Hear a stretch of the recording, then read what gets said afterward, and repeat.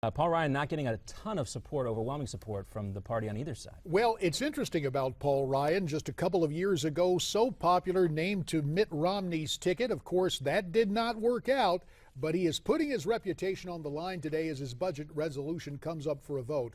If more than a dozen of his fellow Republicans defect, the budget will likely go down to defeat. But if the budget passes, it will send two strong signs. First, it'll show the House GOP at least is unified and not fractured as it was after last year's government shutdown.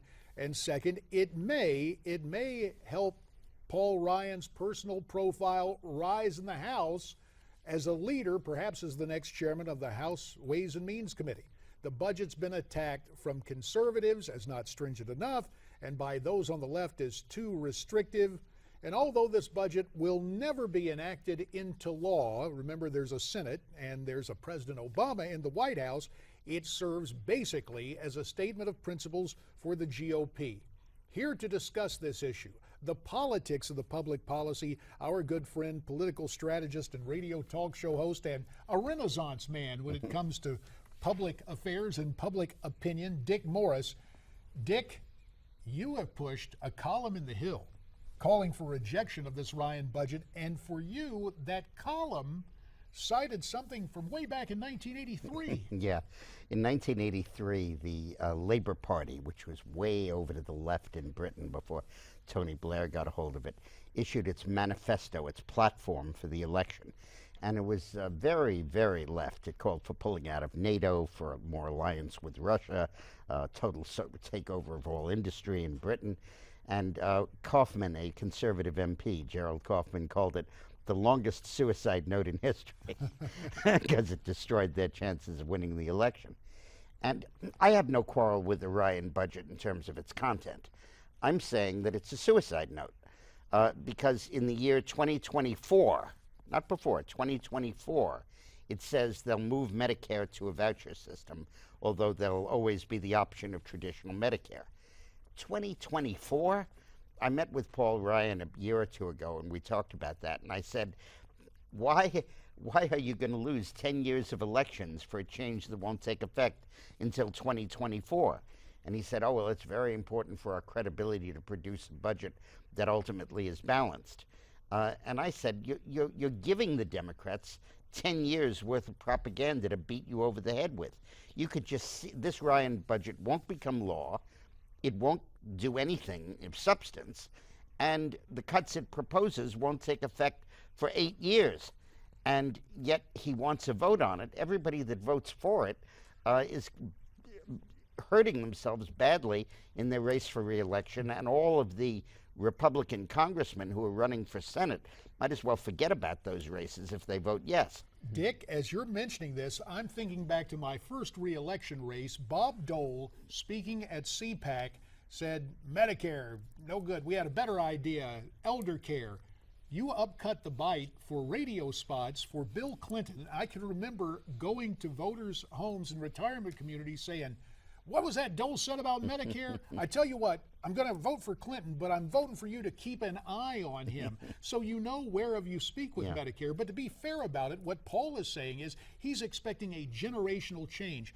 As scary as it is for me, I'm going to age into that group, and I understand that our generation didn't have to go fight wars. We have to mind the store. So why don't we bring it up in 2022 or 2023 when politics of that era confront us?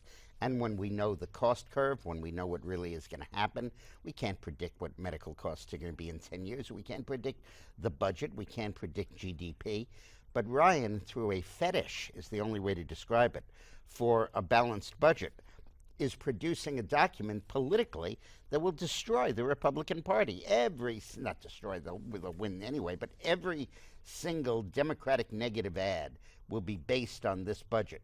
And it will serve no other purpose. It won't be passed. It won't be law. It'll just be the basis of negative ads. So in terms of, since you're setting up scenarios that are seldom met anyway, instead of claiming only 3% growth, if he just did an assumption of 3.5% growth, he probably could have avoided this Medicare dust-up. But he doesn't want to avoid it because he believes in it, which is fine. I credit him for his intellectual honesty. I credit him for his vision and his political courage. But for God's sakes, don't take the whole Republican Party over the side with you. Keep it to yourself till 2022. On the other side, Sarah Palin called this budget a joke, not going far enough, and the Republican Study Committee, one of the conservative groups, likewise has some problems with this budget. I suspect that those problems are largely cover for not having to vote for the Medicare portions of it. They don't want to say we're against the Medicare portion because the right will say you're caving to liberal pressure on entitlements. But whatever the reason is, I hope that 13 Republicans break ranks and don't vote for this so it doesn't pass. And I worry for everybody that votes for it about their chances of re-election or getting into the Senate. You have Tom Cotton from Arkansas, you have Bill Cassidy from Louisiana. Those guys are running for the Senate. If they vote yes for this thing, kiss those candidacies goodbye, you're re-electing Landrieu and Pryor, all for something that's going to take effect in 10 years. It's the nuttiest thing I ever heard of. You can add Cory Gardner to the list of those folks as well, who we interviewed here yesterday. Dick, you know, we saw Paul Ryan on the ticket in 2012. Everybody assumes he has future political aspirations, maybe for the Oval Office. If this is that suicide note, why would Paul Ryan put it out there in this fashion? Well, it isn't his suicide note. I mean, so is this Paul Ryan looking after himself more than he is the party? In 2016, he can always take different positions or do what he wants to do. I'm talking about in 6 months, when those congressmen have to get reelected. He has a safe district. Those congressmen have to get reelected and have to defend Medicare. Now, it's better than it was. Ryan's first budget thing said only the voucher system. Then he amended it to say you could keep your traditional Medicare if you wanted. But that skirts the point. The reason the elderly are against it is they believe that it's going to do Medicare because people will use the vouchers, not the traditional system, and it'll become underfunded. Maybe the tool the Democrats have been waiting for in 2014 using Paul Ryan's budget. We'll see how it plays out. And we're going to get some more insights from Dick Morris. We welcome your insights as well via social media. You can check in with us via Twitter @NewsmaxTV, #America's Forum. Stay with us.